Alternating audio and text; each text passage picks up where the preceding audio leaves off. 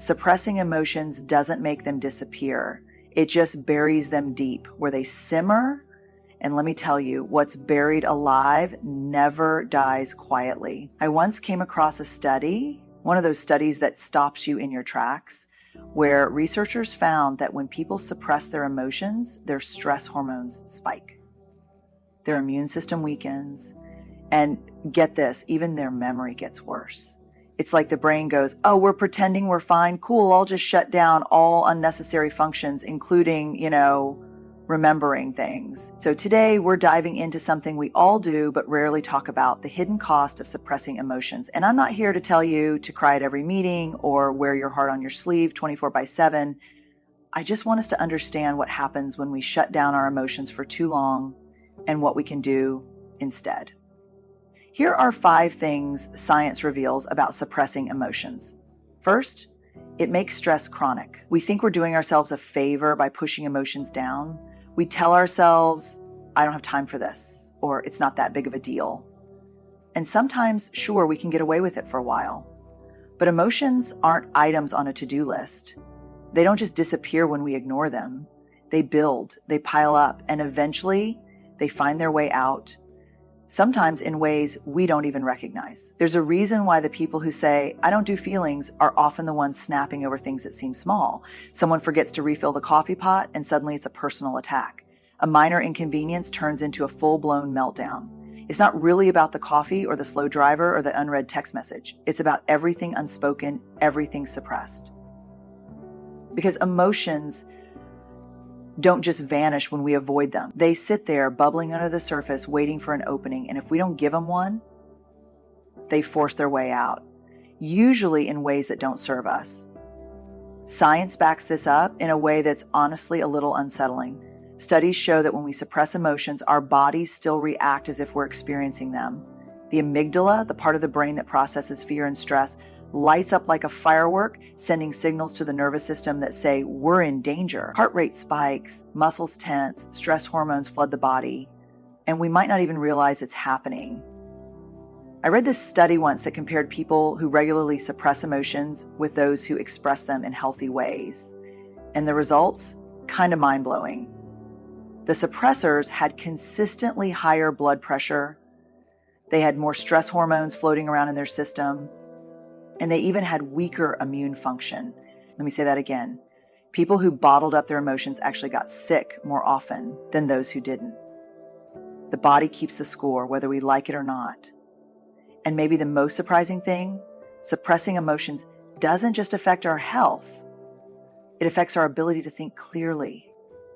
Researchers found that when people actively push their emotions away, their memory actually got worse. It's like the brain decides, oh, we're ignoring this? Cool, let's just block out everything related to it. And the problem is, that doesn't just apply to the hard stuff. It applies to the good stuff too. Because we don't get to selectively numb. When we suppress one thing, we dull everything. Now, I get it. Some of us were raised in environments where emotions weren't exactly welcome, where the message was, shake it off, keep moving. And if that's the case, acknowledging emotions, letting them exist can feel unnatural, maybe even dangerous. But here's the thing, avoiding emotions doesn't make us strong, it makes us brittle. Because real strength isn't about shutting down, it's about staying open. It's about learning how to navigate emotions instead of fearing them. So what do we do instead? Because let's be honest, most of us can't just flip a switch and become emotional experts overnight. But what we can do is start small. We can practice noticing what we're feeling before we rush to push it down. We can stop using busyness as a way to outrun our emotions. And we can remind ourselves that feeling something deeply doesn't mean we're out of control. It just means we're human. And if the thought of all this makes you a little uncomfortable, that's okay. Discomfort is just a sign that something's shifting. And that shift, that's where real change happens. Second, it damages relationships. We think we're protecting people by not sharing how we feel.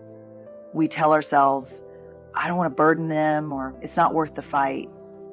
But here's the thing, suppression doesn't just affect us, it affects the people around us too. It creates distance, even when we don't mean for it to, because emotions don't just disappear when we push them down. They sit there unspoken but still present, shaping how we show up in our relationships. Have you ever been in a conversation where you could just feel something was off? Maybe a friend said they were fine, but you knew they weren't. Maybe a coworker acted like everything was normal, but there was this undercurrent, this tension you couldn't quite name. That's what happens when emotions are suppressed. They don't stay hidden. They leak out in body language, in tone, in the energy we bring into a room. And whether we realize it or not, the people around us feel it. There's this fascinating study that looked at couples who avoided expressing their emotions during conflict.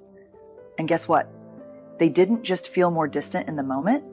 The emotional suppression actually increased their overall dissatisfaction in the relationship over time. They were less connected, less attuned to each other, and more likely to break up. Because when we don't express what's real for us, we don't just protect others from our feelings, we cut them off from truly knowing us. And it's not just romantic relationships, it's friendships, families, work environments. I once heard someone describe emotional suppression as emotional insulation. It keeps things from getting messy, but it also keeps things from getting real. And real connection, the kind that makes us feel seen, understood, and valued, requires honesty.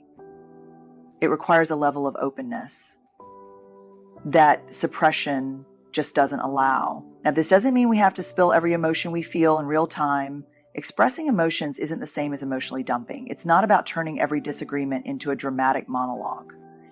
It's about being aware of what we're feeling and finding a way to communicate it in a way that builds connection instead of shutting it down. And I know for some of us, that's easier said than done. If you grew up in a home where emotions weren't really talked about, this kind of openness might feel uncomfortable, maybe even unsafe. Maybe you learned early on that keeping your emotions to yourself was the best way to avoid conflict, or that vulnerability was a risk not worth taking. But here's the truth. Suppression might feel like protection, but it's actually isolation in disguise. So how do we start shifting this? How do we move from suppressing emotions to expressing them in a way that strengthens our relationships? It starts with small, intentional choices. It starts with noticing when we're holding something back and asking ourselves, what's stopping me from saying this out loud? It starts with recognizing that honesty, real, thoughtful, compassionate honesty, is not just for our benefit, but for the people we care about too. And yeah, vulnerability can feel risky, but you know what's riskier? A life where we're constantly editing ourselves, where we're in relationships but never fully seen, where we tell ourselves we're protecting people, but really we're just pushing them away. Connection isn't built on perfection, it's built on truth.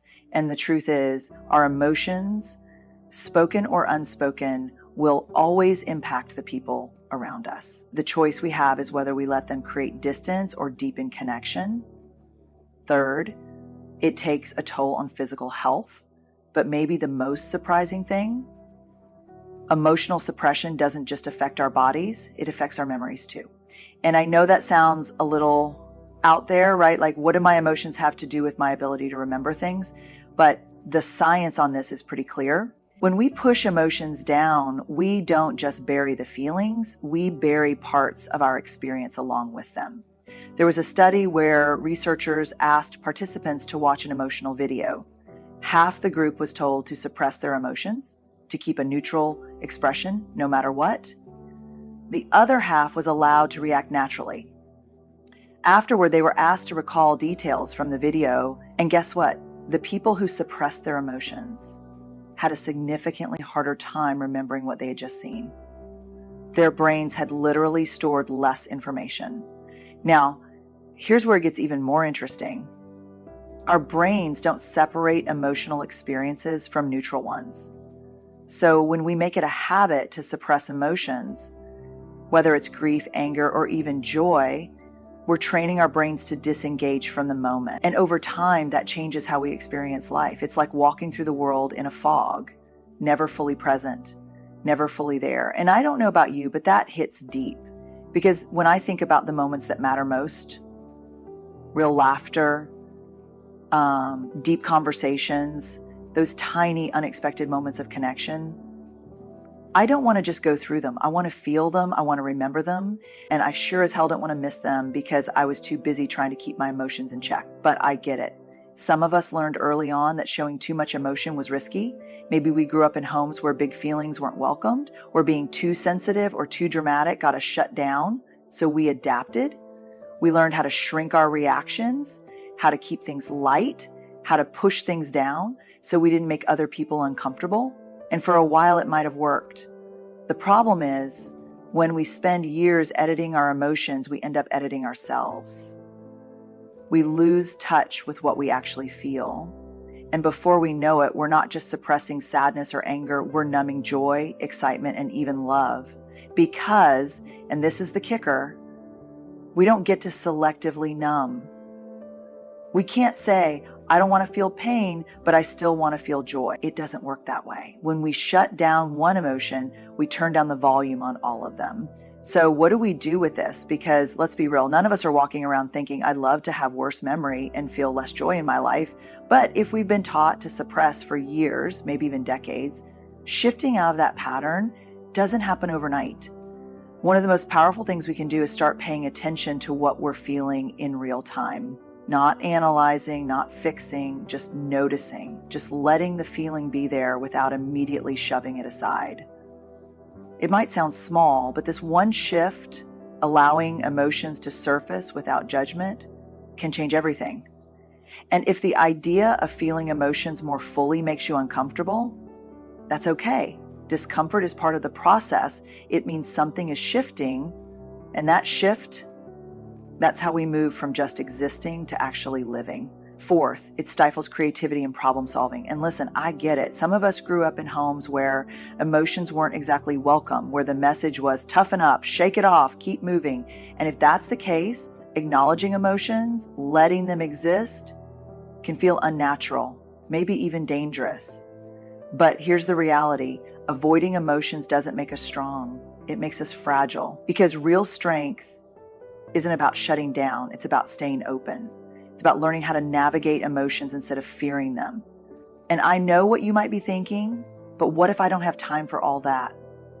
What if feeling my emotions just slows me down?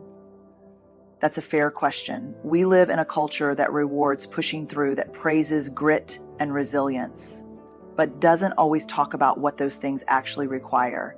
And here's the truth. Real resilience doesn't come from suppressing emotions.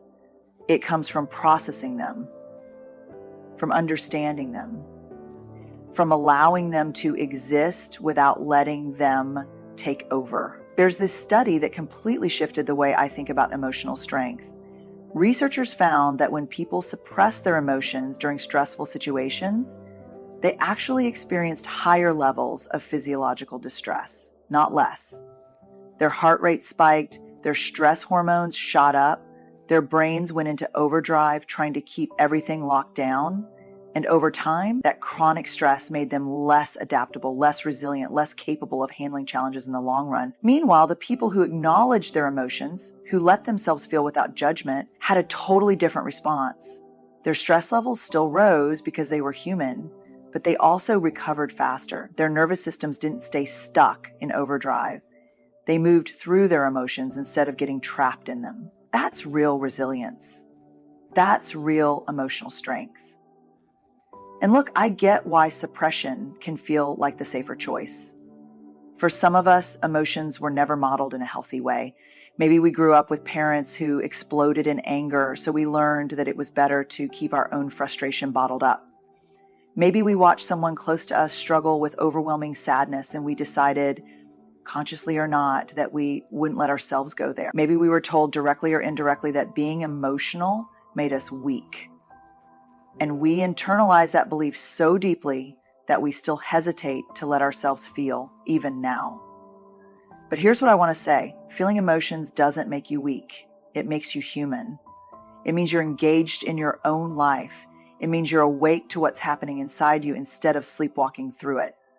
And that is the exact opposite of fragility. That is strength. Now, does this mean we have to let every emotion take over the moment it shows up? No, this isn't about indulging every feeling without boundaries. It's about recognizing that emotions are data, they're signals. And when we ignore them, we're ignoring valuable information about what's happening inside us. So the next time you catch yourself pushing an emotion down, whether it's frustration, sadness, or even joy, just pause, just take a moment to ask yourself, what am I feeling right now? And then instead of running from it, just let it be there, even for a few seconds, even if it's uncomfortable, because that tiny moment of acknowledgement, that's where the real strength begins.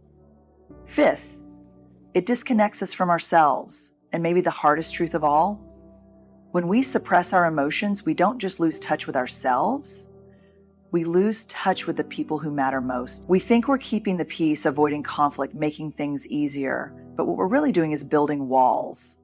And the people in our lives, our partners, our kids, our friends, they can feel it.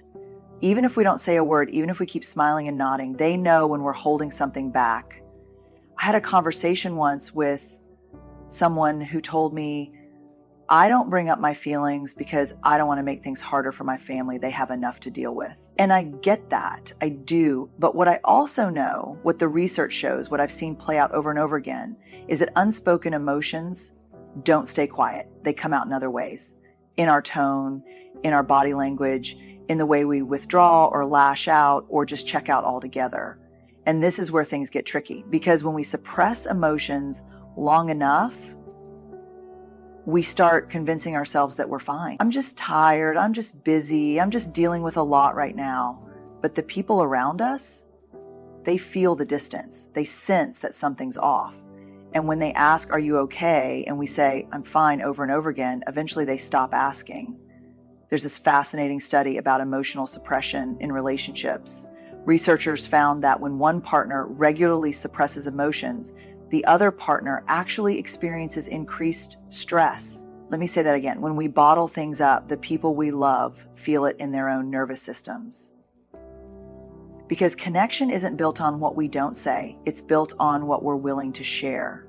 And I know sometimes we avoid sharing because we don't want to upset people. We don't want to cause conflict. We don't want to seem too much. But here's the paradox. Suppressing emotions doesn't prevent conflict. It creates it, because unspoken feelings don't stay unspoken forever. They build, they seep into our interactions. And when they finally come out, because they will come out, it's often in ways that cause more harm than if we had just been honest in the first place. And listen, I'm not saying we need to spill our emotions all the time or turn every moment into an intense heart-to-heart, but there's a difference between thoughtful emotional expression and total emotional avoidance. And the difference, it's what allows real connection to happen. So what does this look like in practice? It means noticing when we're shutting down and asking why. It means giving ourselves permission to say, hey, this is hard for me to talk about, but I want to be honest. It means recognizing that vulnerability isn't a weakness. It's an invitation for deeper understanding, for stronger relationships, for the kind of connection that isn't just about being near someone, but actually being seen by them. And yeah, that's scary. It's uncomfortable. But if the choice is between temporary discomfort and a lifetime of emotional distance, I know which one I'd choose.